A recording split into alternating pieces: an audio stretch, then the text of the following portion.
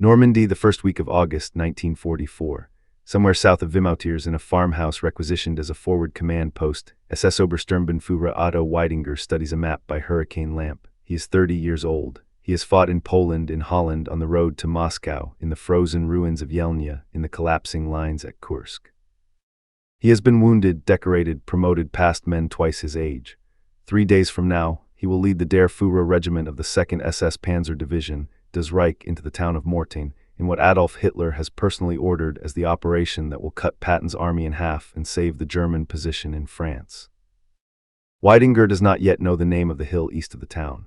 He does not know that it will cost his division more than the maps suggest, or that within a week his own after-action reporting, echoed across the regimental diaries of Das Reich, the 2nd Panzer and the 17th SS Panzergrenadier Division, will be full of the same bewildered refrain, that a battalion of American infantry, cut off, starving, and down to its last mortar rounds, simply would not come off that hill. This is not the version of Mortain you get from the after-action summary in a textbook, the one that reduces 5 days of close quarters slaughter to a single paragraph about a failed counterattack.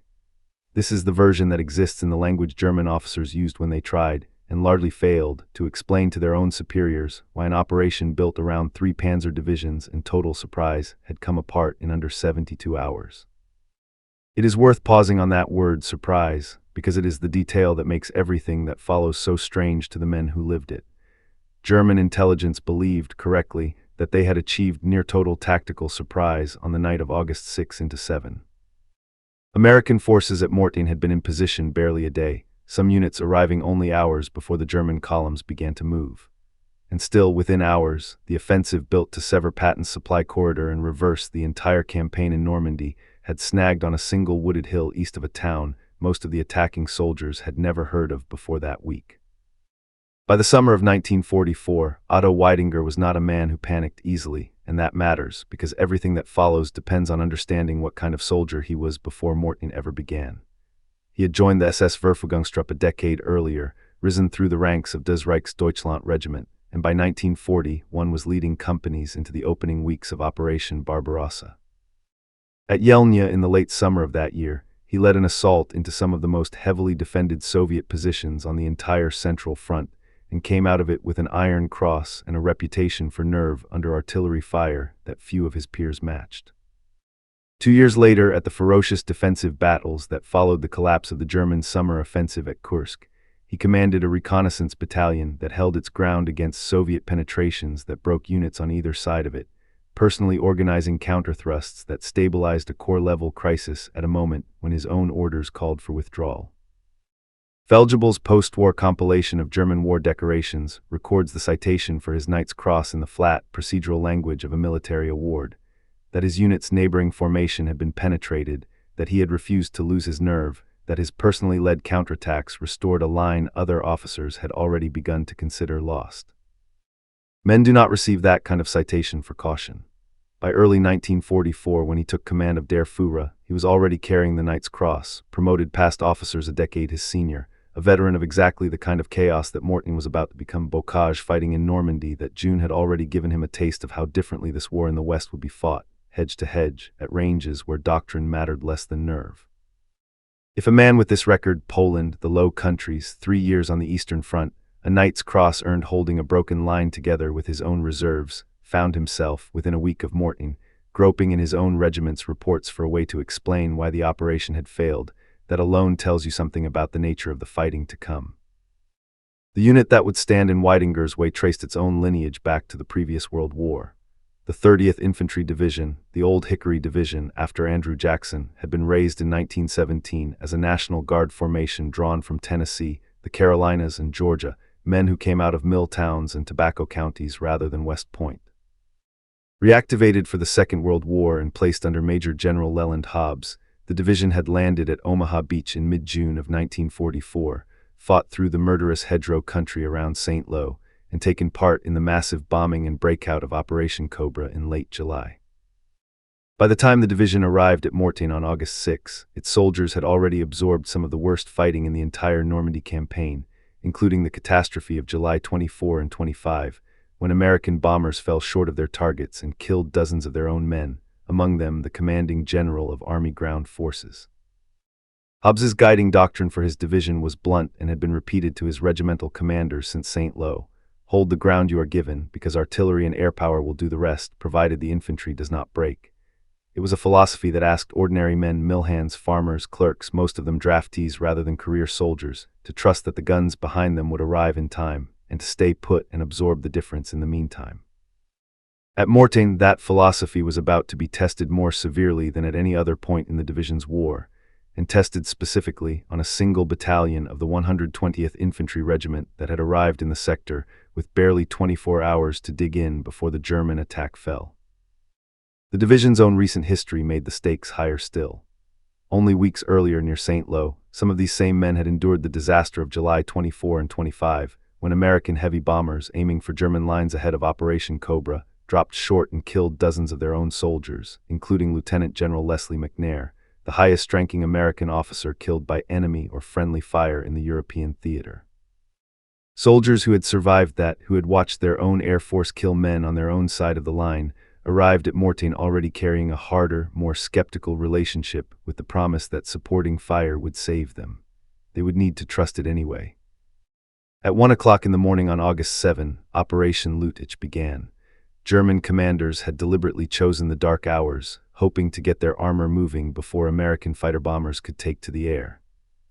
26,000 German infantry and roughly 300 panzers, drawn from the 2nd SS Panzer Division, the 2nd Panzer Division, the 116th Panzer Division, and the 1st SS Panzer Division, advanced west out of the hills around Mortain in 6 columns under the overall command of General Hans von Funk's XLVII Panzer Corps.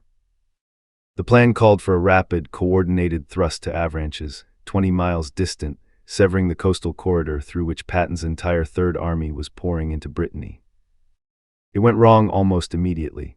Of the 6 attacking columns, only 3 moved forward on anything close to schedule. The 116th Panzer Division on the German right did not advance at all that first night, a failure that would tie von Funk's flank in knots for days.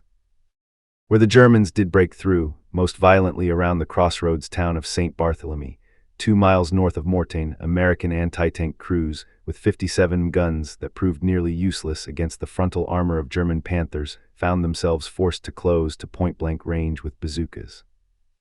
At a fortified position called El Abbé Blanche, a single platoon of some 66 American soldiers, dug in with bazookas and a handful of artillery pieces, held off an entire attacking SS regiment for the better part of a day. By nightfall on August 7, in 6 hours of fighting, American infantry and gunners had destroyed roughly 40 German tanks.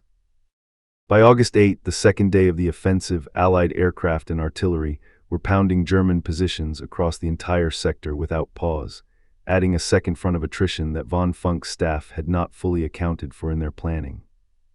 But the epicenter of the disaster, from the German point of view, was the town of Mortain itself, and the wooded rise the Americans called Hill 314, just east of it. German Panzer Grenadiers had overrun the command post of the 2nd Battalion, 120th Infantry Regiment inside the town within the opening hours of the attack. What they had not overrun, what would not come off that hill for 5 days no matter what was thrown at it, were the roughly 700 American soldiers of that same battalion, dug into the rocky wooded summit above the valley, a position some later accounts list under a slightly different elevation number, 317 rather than 314, a small discrepancy in the record that has never fully been resolved and does nothing to change what happened there. Among those 700 men was Captain Reynold C. Erichsen, the senior surviving officer once the command post fell, who found himself, almost by accident of rank, in charge of the entire defense of the hill. Alongside him were 4 company commanders, Captain Delmont Bayen, 1st Lieutenant Ralph Curley, a Texan, 1st Lieutenant Joseph Reeser, and 1st Lieutenant Ronald Woody, spread across positions so far apart on the hill's broad, wooded shoulders that communication between them sometimes had to go by runner.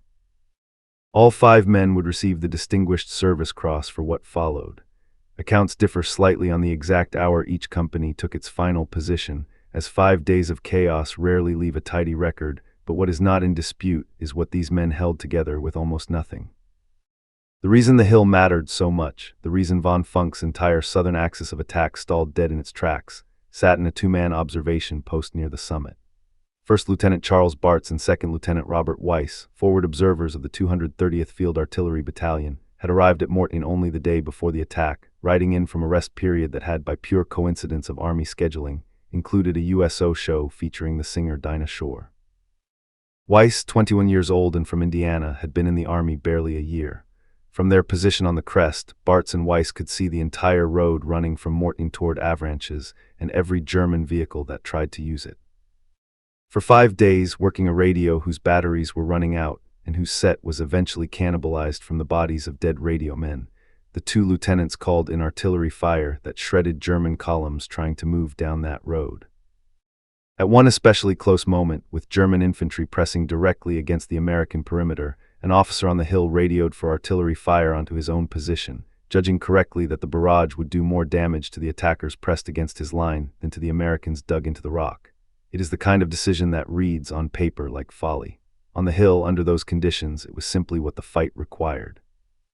By August 8, the battalion on Hill 314 was already dangerously low on ammunition, and within another day the men were almost entirely out of food. Soldiers went through the pockets and packs of their own dead, not out of disrespect but because there was nothing else, gathering ammunition, rations, anything usable, and laying the bodies in a makeshift morgue among the rocks because there was nowhere else to put them and no time to bury them properly. An attempt to resupply the hill by light artillery spotter plane failed on the morning of August 8, when German small arms and flak fire drove the fragile aircraft off after only a handful of low passes. It was not until August 10, at roughly 4:30 in the afternoon, that a flight of a dozen C-47 transports, escorted by fighters, finally reached the hill in strength, and even then, ground fire detonated one of the parachute bundles of ammunition in midair, and roughly half of what did land safely fell instead into German hands on the slopes below, close enough for the surrounded Americans to watch it happen and be unable to do anything about it. Lieutenant Curley's company, holding the eastern and southeastern shoulder of the hill nearest the observation post used by Bartz and Weiss, bore some of the closest fighting of the entire siege. Curley was a Texan, like several of the men serving alongside him in the artillery liaison teams, and by the third day of the encirclement, his company was fighting at ranges close enough that grenades were the primary weapon rather than rifle fire. Lieutenant Reeser's company dug into the north near a cluster of farm buildings, and Lieutenant Woody's company further south along the rocky spurs the French call Mont, itself an old battle cry, shouted by medieval soldiers holding a line on that same ground centuries before. Each fought their own separate, half-isolated fights, so cut off from one another across the broad wooded hill that runners rather than radios sometimes carried word of what was happening 30 yards away. Accounts differ on exactly how much contact the four company positions maintained with each other during the worst of the shelling. What is agreed upon is that each held anyway, independently, for 5 days, with almost no coordination beyond Captain Erichsen's central command post and whatever runners could get through. What makes the German record of this fight distinctive is not the tactical detail so much as the tone. Officers writing up after-action assessments in the days that followed August 7 were not merely reporting a stalled attack, they were groping for a way to describe something that did not fit their doctrinal expectations. German operational thinking held that an encircled position, cut off from resupply and reinforcement, was a position whose collapse was only a matter of time and pressure, a concept staff officers of the period sometimes referred to in post-war reconstructions of the campaign as Zermübungszeit, roughly the wearing-down interval, the calculated number of hours it should take isolated infantry, lacking supply, to lose cohesion and surrender. By every calculation available to von Funk's staff, the Americans on Hill 314 should have folded within a day, 2 at the outside. The regimental diaries of the 17th SS Panzer Grenadier Division, thrown at the hill in successive regiment-sized assaults, register instead a kind of professional bafflement. The position simply would not come apart. Whatever radios, ammunition, and food the Americans lacked, they seemed to substitute with an unwillingness to leave the ground they had been told to hold, and no doctrine in the German staff manual had a clean answer for that. There is a second related term that surfaces in post-war German regimental reconstructions of the Normandy fighting more broadly, one that officers used to describe an enemy who fought with a kind of loose, improvisational stubbornness rather than the rigid formation holding the German army expected of green troops, Zähigkeit ohne Führung. Roughly tenacity without central direction, the unsettling discovery that American infantry, cut off from their officers and their command structure, did not automatically dissolve into panic the way German training assumed isolated troops eventually would. Whole companies kept fighting on Hill 314 with barely any contact between them, which by German staff logic should have produced confusion and collapse. Instead, it produced 4 separate, stubborn little fights that simply refused, each on its own, to end. The turning point, if the 5-day battle can be reduced to a single scene, came on the afternoon of August 8 above the western slope of the hill. German infantry of the 17th SS Panzer Grenadier Division pressed to within grenade range of the American perimeter near the positions held by Lieutenant Curley's company, close enough that men on both sides could hear one another's voices between exchanges of fire. It was at this point, with the line on the edge of being overrun, that Bartz and Weiss called artillery down almost onto their own position, white phosphorus first, to force the attacking infantry into the open, and then high explosive to catch them there. For a few minutes, by the accounts that survive, the 2 lieutenants were calling fire onto ground close enough that their own foxholes shook with the same concussions meant for the men climbing toward them. The barrage broke the assault. It did not end the siege. 4 more days of shelling, thirst, and starvation lay ahead, and the worst of the resupply failures were still to come. But it was the moment the German attack on the southern face of the hill lost whatever momentum it still had, and every account of the battle, German and American alike, treats that afternoon as the hinge on which the whole defense turned. The moment an entire regiment-sized assault, backed by the doctrine and discipline of the Waffen-SS, broke against a radio call made by 2 junior officers who had been in the sector for barely 36 hours. Otto Weidinger survived Mortain. His regiment, badly bled by the failure of Operation Luttich, was pulled eastward in the retreat that followed, fighting through the closing of the Falaise pocket later that same month, then east again through the Ardennes that winter, and finally into Hungary and Austria in the last chaotic months of the war, where he surrendered to American forces in May of 1945. He lived until 1990. In the decades after the war, under the auspices of a Veterans Association for former Waffen-SS soldiers, he wrote a multi-volume history of Das Reich running to more than 2,000 pages, an account exhaustively documented with maps and unit orders, and unmistakably shaped by the perspective of a man defending the record of the formation he had commanded. Historians have treated that record with the caution it deserves, but even filtered through a veteran's own framing of his division's war, the account of Mortain that survives in those pages does not describe a triumph. It describes an operation that broke apart against a hill nobody in the German plan had allotted more than a day to take. Operation Luttich was supposed to sever an army. Instead, it consumed itself against 700 hungry, thirsty, radio-starved men holding a wooded rise above a French market town, until the German divisions sent to break them were themselves broken, driven east into the closing trap at Falaise within the week. The hill did not fall. The hill did not fall though the ammunition ran out. The hill did not fall though the men on it searched their own dead for the means to keep fighting. There is a version of this story that fits neatly into a paragraph about a failed counterattack, and there is the version the Germans themselves left behind in their own reports, written by men who had crossed half of Europe and had never before needed a new word for what would not break. In the end, that may be the truest measure of Mortain, not the ground that changed hands, but the fact that the men sent to take it went home needing an explanation for why they couldn't.